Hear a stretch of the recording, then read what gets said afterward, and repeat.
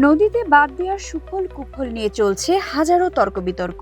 এই বাঁধের অন্যতম প্রধান উপযোগিতা হয়ে উঠেছে জলবিদ্যুৎ উৎপাদন। পৃথিবীর অনেক শহরের পানির সরবরাহ আসে বাঁধ দিয়ে আটকে রাখা পানি থেকে। কৃষিখাতে জমি সেচ প্রকল্পও অনেক দেশ বাঁধ নির্ভর। কোথাও বাঁধ দিয়ে নিয়মিত বন্যা আটকে বিস্তীর্ণ এলাকা কৃষিকাজ বা নগরায়নে ব্যবহারের দৃষ্টান্ত আছে। কিন্তু পরিবেশের অন্যান্য ক্ষেত্রে এসব কার্যকলাপের প্রভাব কেমন পড়ে? চীনের ইয়াংজি নদীতে নির্মিত 3 গর্জেস ড্যাম বর্তমানে পৃথিবীর সবচেয়ে বড় বিদ্যুৎ উৎপাদক। 22,500 মেগাওয়াট জলবিদ্যুৎ উৎপাদনে সক্ষম এই বাঁধ নানা ধরনের পরিবেশ বিপর্যয় সৃষ্টি করছে। উজান থেকে পলি নেমে আসতে না পারায় বাঁধের ভাটিতে দেখা দিয়েছে ভূমিক্ষয়।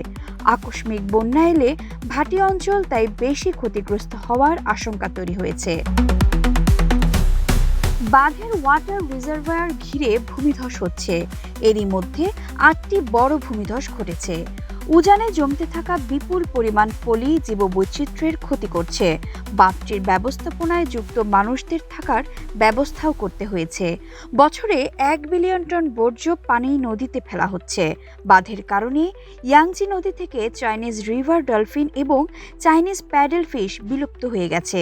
সাইবেরিয়ান সারসও বিলুপ্তির পথে। ব্রাজিল ও প্যারাগুয়ের সীমান্তে পারানা নদীতে ইতাইপু ড্যাম তৈরির সময় নদীর পাশে বসবাসকারী প্রায় 10,000 পরিবার বাস্তুচ্যুত হয়। বাঁধের ওয়াটার রিজার্ভারটি আয়তনে পৃথিবীর বৃহত্তম জলপ্রপাত গুয়াইরা জলপ্রপাতকে উপচে দেয়। সংলগ্ন ন্যাশনাল পার্কটি বিলুপ্ত হয়। জলপ্রপাতটির উজান ও ভাটিতে আলাদা আলাদা ইকোসিস্টেম ছিল, যা পরে মিশে গেলে 30টি আগ্রাসী মাছের প্রজাতি ক্ষতি করে অনেক প্রজাতির জলজ প্রাণীকে। আরও কিছু জলপ্রপাতের একই পরিণতি হয়। নদীর দুই পারের বিস্তীর্ণ বন ধ্বংস হয়। জলবিদ্যুৎ ব্যবহার করে প্যারাগুয়ের অর্থনীতি কৃষি নির্ভর হয়ে পড়ে, কিন্তু পৃথিবীব্যাপী ফসলের দাম কমায় দেশটিতে অর্থনৈতিক বিপর্যয় ঘটে। যুক্তরাষ্ট্রের 1 নম্বর জিম চেইন গোল্ডস জিম এখন আবারও বাংলাদেশে। বসুন্ধরা আবাসিক এলাকা ও বসুন্ধরা সিটি শপিং মলে। পাকিস্তানের খাইবার পাখতুনখোয়ায় সিন্ধু নদে নির্মিত টারবেলা আর্থফিল ড্যাম নির্মাণের জন্য প্রায় 82,000 একর জমি অধিগ্রহণ করা হয়েছিল। বাঁধের ওয়াটার রিজার্ভারটি 135টি গ্রামকে উচ্ছেদ করে তৈরি। সেখানকার প্রায় 96,000 মানুষ ঘর ছাড়া হয়েছিল। তাদের ঠিকমতো ক্ষতিপূরণও দেওয়া হয়নি। অনেক মানুষকে পুনর্বাসিত করা হয়নি বা থাকার জমি দেওয়া হয়নি। স্থানীয় বাস্তুতন্ত্রের ক্ষতি হয়েছে। ওই অঞ্চলের জীববৈচিত্র্যের পরিবর্তন ঘটেছে। পলি আটকে এবং পানির তাপমাত্রা বদলে গিয়ে নদীর জলজ জীবন ক্ষতিগ্রস্ত করেছে। কানাডার পিস নদীর উপর ডব্লিউএসি বেনেট ড্যাম থেকেও জলবিদ্যুৎ তৈরি করা হয়। বাঁধটি নির্মাণের জন্য 3,50,000 একর বন ধ্বংস করা হয়েছে। পিস নদীর ভাটিতে ভয়াবহ পানি কমে যাওয়ায় সেখানকার ভূপ্রকৃতি ক্ষতিগ্রস্ত হয়েছে। মাটি থেকে পারদের মতো নানা বিষাক্ত পদার্থ পানিতে মিশে জলজ জীবনকে বিষাক্ত করে তুলেছে। ওই পানি যেখান দিয়ে বয়ে গেছে সেখানেই বিষ ছড়িয়েছে। মার্কিন যুক্তরাষ্ট্রের সবচেয়ে উঁচু বাঁধ অরোভিল এমবাঙ্কমেন্ট ড্যাম। এই জলবিদ্যুৎ উৎপাদক বাঁধটিও সংলগ্ন পরিবেশের ক্ষতি ডেকে এনেছে। চিনুক স্যামন মাছের মাইগ্রেশন বাঁধটির কারণে পুরোপুরি বন্ধ হয়ে যায়।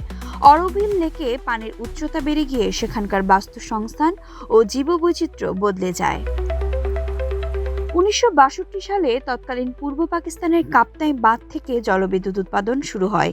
এই বাঁধের ফলে কৃত্রিমভাবে তৈরি হয় কাপ্তাই লেক। ফলে রাঙ্গামাটি জেলার বহু বাসিন্দা তাদের বাড়িঘর এবং উর্বর কৃষিজমি হারিয়েছে। তাদেরকে কোনো ক্ষতিপূরণ তো দেওয়া হয়নি, বরং 40,000-এরও বেশি চাকমা আদিবাসী দেশ ছাড়া হন। তারা ভারতের অরুণাচল প্রদেশে চলে যেতে বাধ্য হন। বাঁধ ও ওয়াটার রিজার্ভারের প্রভাবে বিপুল পরিমাণ বনভূমি ধ্বংস হয়ে যায়। বন্যপ্রাণীরা ক্ষতিগ্রস্ত হয়। ক্ষতিগ্রস্তদের পুনর্বাসনে $31 মিলিয়ন বরাদ্দ থাকলেও মাত্র $2.6 মিলিয়ন দিয়ে দায় সেরেছিল তখনকার পাকিস্তানি সরকার। দেখা যাচ্ছে বাঁধ নির্মাণে প্রায় একই রকম ক্ষতির শিকার হয় মানুষ ও পরিবেশ। তবু 2030 সালের মধ্যে পৃথিবীতে 184টি নতুন বাঁধ তৈরির পরিকল্পনা চলছে। আমরা ক্ষতি জেনেও জানি না, দেখেও শিখি না। আমাদের একটাই বাসস্থান, এই পৃথিবীকে রক্ষায় বারবার আহ্বানই যেন চর্বিত চর্বণ।